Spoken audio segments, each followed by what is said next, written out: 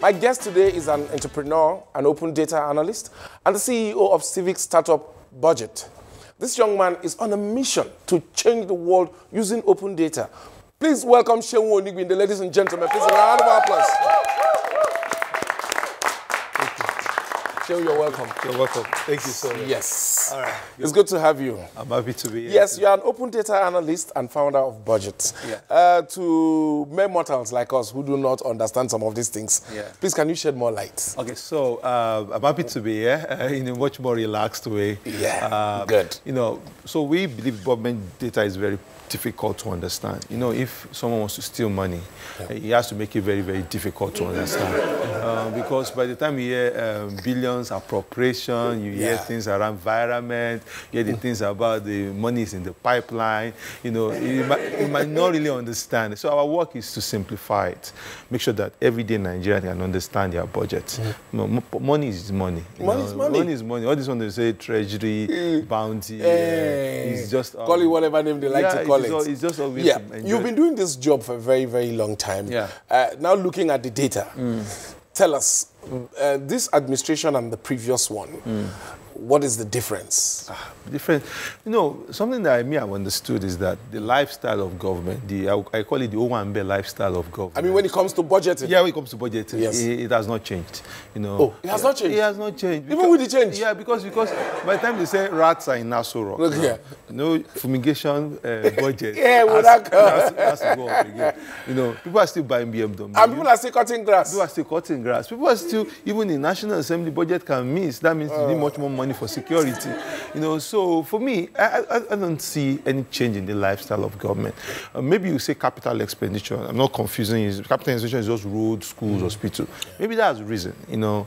But I'm not seeing it. You know, I'm not, because I say if you say you spend... If you as a budget analyst, you're not seeing then I'm blind to it. I'm not, because you say you put 1.2 trillion on capital project. I say, okay, list the project for us. Yeah. So that we know. So that at least we can go and verify. But we don't have it. The numbers don't add up. So for me, you know, it looks like there's ghost spending now. You know. Yes. I mean, if we're appointing dead people now, why would we have ghost spending? That's ghost spending. The money is there, but it's not there. Yeah. You work with a lot of people. Recently, you know, we had one of a team member, you know, had some issues with the police. So why should Nigerians be taking your job seriously? Yeah, you should take it seriously because, like I always tell people, you know, public money is free for all. You know, it's like you put money in a bucket. In that same bucket, the politician wants to buy cars. He wants to fly abroad. He wants to pay himself per diem and whatever. You know, he also wants to build roads. He also wants to build schools. If you don't put attention, your own priorities will not happen. It's true. Yeah. So because when people say money, when you say the money is in Nassau Rock, it's federal government money. Yeah. Public money, you know, there's something they call tragedy of commons. That if it's for everybody, then it becomes nobody. Yeah. Like I belong to everybody. And belong to nobody. And if we just keep quiet, somebody can just be taking our money and be going to hospital. No, but it's why we have to stand up and ask questions like, there are always projects in the budget. Then you can download this, but it's available on our website, available on Budget Office website. If you Google budget, you find the budget there. Search what is there for my area. What constituency project is there that a member of National Assembly has nominated. If he's not delivering it, why? Those are the things that will touch you. Cars will not touch you. You won't have private security. Okay, no. There's a lot of dysfunction in government finances. Some of the things that you uncover, don't they rattle you? Yeah, it rattles you, you know, sometimes. But you have to just chill, understand that. How do you chill in the face of, you know, you're looking at data and you're seeing stuff? Because someone like me, sometimes when they brandish these figures like this, I want to faint. I mean, it has happened to me too before. But after I faint, and they stop. You run out of spaces to faint. They said they will not wake you up next time. So when they told me that they will not wake me up next time, I said I will stop fainting. Yeah. But it's because the whole idea of government is about sharing. No, it's about distribution.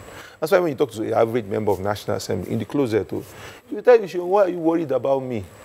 The National Assembly budget is, even though it's 130 billion, it's just small budget. It's not small in the trillion size of the budget. Everybody sees the government budget as their own opportunity to take something. So in some sort of way, that's why you find like a lot of priorities are not aligned. And it's a shame people like us don't even get to touch this budget. Yeah, but you should touch it. You should look into it. If it's rules, because if you don't ask questions, if you don't check it, if you don't ask questions, it will not happen. Like I've said, there are always so many. What kind of questions should I be asking now that will make them at least look this my side? Okay, no. Okay, for example, now you have roads in your area that are terrible. You have hospitals that are terrible. If you go and meet the State House of Assembly and say, why is this road not fixed? You say, it's not in the budget. That's the easiest excuse. So the question is, if it's October, I will write him a letter. If it's not in the budget last year, it must be in the budget this year. And if you put it in the budget, it must happen. It's not like you go and collect half of the money from the contractor, and the contractor does an half job or doesn't even appear at all. So there's what you call democracy. If it works, it's because there's vigilance from the citizens.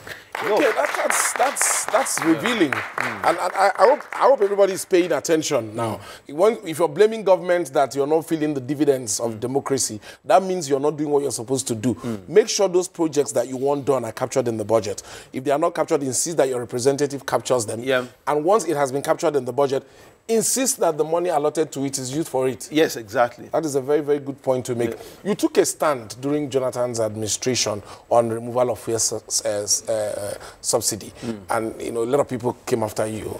People complained. So now, do you regret that action? And in retrospect now, how do you see the whole thing? Seeing that we are still in that dilemma. Yeah, like there was a newspaper article. Yeah. I thought I read in your news that 1977, our Minister of Petroleum was Buhari. Yes. And he says fuel queues will end next year. Yes, I saw that. And 2017, we are still in the same mess. And still our Minister of Petroleum, our president. It looks like things just don't change. When there was that protest, it meant a lot of things to a lot of people. Some people, it was a jamboree. Just come and hear nice fella music and parara, Some people, it was frustration. For us, it was like, for the civil society, that was part of it, there's so much corruption in the land. And you acknowledge that people have turned this whole petroleum business into a nice way of making money. Attack those people first. Bring them to justice first. And then when you do that, and you also show that, because you're going to inflict more pain on them. I personally didn't say you can go and increase subsidy. But if you're even going to deregulate the sector, you don't start from increasing price of fuel. That's so lame. That's so, because if you want to deregulate the sector, look at NNPC today. Federal government is saying that NNPC is the one paying subsidy. Before, they said NNPC is ATM of federal government. Yeah. But now NNPC is now non-profit arm of the federal government. Because when does NNPC get money from? When does NNPC get money from? Now, imagine that you're confused, with your level of knowledge of all these things. Then imagine the poor grandma in the village who does not have education, trying to make sense out of all these things. It's crazy. Because government, like I said, everything becomes very, very complex. Just to fool people. Yeah, just to bamboozle us. We need to make this thing simple. Okay. This administration says that they've blocked financial leakages. And they've recovered lots of funds. Now, looking at our budget and going through the numbers, are you seeing anything in that direction? I told you there's ghost spending, so there can be ghost revenues too. Because it's a country that now that if the dead can make it before you into public appointments, anything is not held in certainty. But thing is that there have been a lot of noise, and I guess the problem with this administration is there's so much rush to the media, even when the things are not yet clear. You see somebody's property, the court has not declared that this is a stolen property. You just assume that, that because he worked in government, he should not have access to this size of property. Then you go out to the press and say, you have recovered so and so. But technically, there's still no court pronouncement that makes it yours. We have said we recorded a lot of money, but till today, nobody has said that this money that we recover, this is what we have used it to fund. Nobody. Even every year, they will say recovered funds will be put into the budget. We look at the end of the year. So these recovered funds are not in this year's budget? It's in this year's budget. 2018, yes, it is there. Was it the last year's budget? It was not in the last year's budget. Okay, so we are going to see it now. We are hoping that this time around, when the receipts come at the end of the year, we'll be able to say that, okay, part of that budget was funded by looted funds. But it's, and also their names should be public. We should be able to know who took what. You know that kind of thing. They are running the whole thing like it's a secret court. Director in civil service, you have 84 cars, you have 24 houses. On what basis? Oh my goodness. And the list goes on and on and on and on. Anyway, in the course of your work, you guys, you deal with a lot of data. You know, let us not just talk problems. If you were given the opportunity to say fix something, you know, let us also talk solution. If you're given the opportunity to say fix something about our budgeting, what would that one thing be? Okay. If I would say, see, the way we do our budget is just a contracting line. You know, if you look at Nigeria, but there's no statement, there's no intelligence, there's no vision to it. It's just like, because if you read somewhere like other countries, I don't want to mention, you see that there was a problem statement.